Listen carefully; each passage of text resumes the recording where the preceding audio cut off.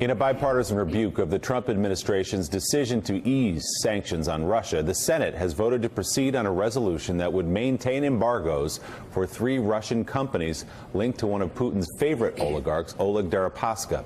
However, supporters of the resolution are unlikely to get the 60 votes needed for it to pass in the Senate. Joining us now is Bill Browder, a man who for the last decade has had the attention of Russian President Vladimir Putin for his role in driving the Magnitsky Act, a bill that singled out a number of Putin allies, froze their assets, and denied them U.S. visas. It was also one of the reasons for the infamous Trump Tower meeting in 2016, as Putin has worked to get the Magnitsky Act repealed. Bill, good morning. It's good to see you.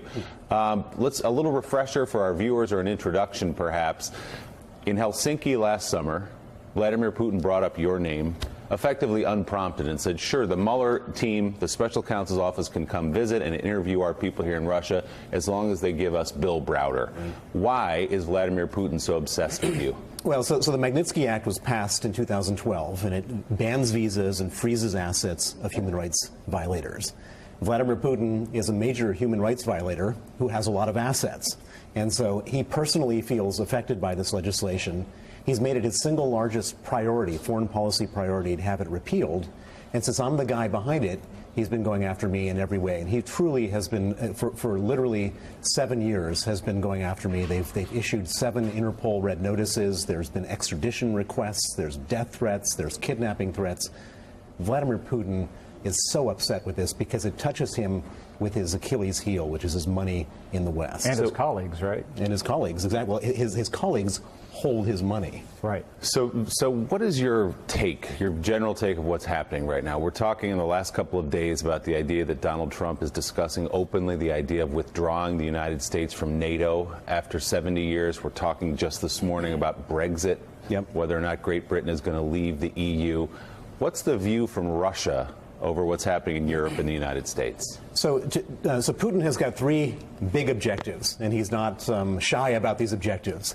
He hates NATO, he hates the EU, and he hates a strong United States. And the reason for that is that Russia is really a kind of a tiny little country. It's got an economy the size of the state of New York. It's got a military budget 90% less than the United States military budget. And the one thing he hates is when you have these agglomerations of countries that can say, no, Vladimir, you can't do that. And so by weakening the EU with Brexit, by weakening NATO through whatever means he can weaken NATO, and by having the United States in a state of effective intellectual civil war, Vladimir Putin is getting away with a lot of stuff, and he's pretty happy right now. What do you think the relationship is between Vladimir Putin and Donald Trump, in the sense that it appears that Donald Trump collapses when he's in Putin's company, that he just collapses and carries on about Putin after he leaves Putin? Well, I mean, I saw this very personally when in Helsinki when Vladimir Putin says we want Bill Browder, and he said, I think that's a great idea. and I mean, any aide or advisor or anybody would say that's a stupid idea. It's a terrible idea. It's the worst idea in the world. It took him 4 days to walk that idea of handing me and 11 others over to Vladimir Putin. And why? It's either really dumb, or there's something more sinister going on. I can't say, but what I can say is just, it was, and I can say this personally because it was directed towards me. It was totally and absolutely inappropriate, beyond belief inappropriate, and it shouldn't have happened. Predicting the future is tricky, obviously, and to use this old Soviet phrase, what do you think the 5-year plan is here? What do you think the world for you will look like in 5 years? Well, well, from Putin's perspective, he has no 5-year plan. His only objective is to stay in power, keep his money, and stay alive.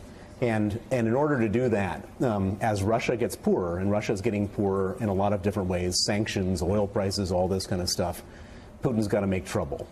And the trouble is going to come to us. And it's going to be invasions of foreign countries. It's going to be cyber attacking political process. It's going to be cyber attacking networks of electricity companies, etc. Putin can't face any of the West in a straight up conflict, but he can do all this asymmetric stuff. So it gets worse before it gets better. I don't think it gets better. I think it just gets worse. Stay alive. Internal stuff on Putin. He's afraid internally, someone killing him. Well, so Putin has got a lot of enemies. I mean, in order to amass a fortune that I estimate to be $200 billion, he's had to kill a lot of people. He's had to take hostage a lot of people. He's seized all of their property, and there's a lot of people after him. And so he's constantly worried about the elite. And then there's the regular people. 1 out of every 4 Russians doesn't have a toilet inside their house. They're so poor. And all these oligarchs are busy on their yachts and their villas and their private jets. And that doesn't make for a stable, secure future for a leader who's taken that stuff away from people. Can you talk about the overall impact of the Magnitsky Act? And is there anything you do to change it now or amend it? So the major impact of the Magnitsky Act is it used to be in the old days when you'd sanction a country, you would sanction the country, and all the people would suffer. But the elites would bring in their private jets with caviar and champagne. The Magnitsky Act now goes specifically and surgically after the elites, leaving everybody else alone. And the only thing I would change with the Magnitsky Act is I would enforce it liberally and much more broadly. Go after all these bad guys, because that's what they hate more than anything else. For our viewers who don't know, Sergei Magnitsky is your attorney who was tortured to death in a Moscow jail after exposing some of that corruption you're talking about. Bill Browder, we applaud you. Wow. You've always been brave. You continue to be brave and being outspoken despite Vladimir Putin having his eye on you. Thanks for being here this morning. Thank you. Thank Mika? you. And still ahead, we're going to be joined by the Vice Chairman of the Senate Intel Committee, Senator Mark Warner, who says there are still a lot of unanswered questions about Donald Trump and Russia. Plus, much more on the widening impact of the government shutdown on both the economy and national security and people's lives. And with no deal in sight, one Democrat is now tweeting to Ann Coulter, quote, "Please tell the president it's okay to open up the government." And as the president stands firm on his border wall, Mexican officials keep finding drug tunnels beneath the U.S.-Mexico border. MSNBC's Jacob Soboroff takes us inside one of them. Morning Joe, we'll be right back. Thanks for checking out MSNBC on YouTube, and make sure you subscribe to stay up to date on the day's biggest stories. And you can click on any of the videos around us to watch more from Morning Joe and MSNBC. Thanks so much for watching.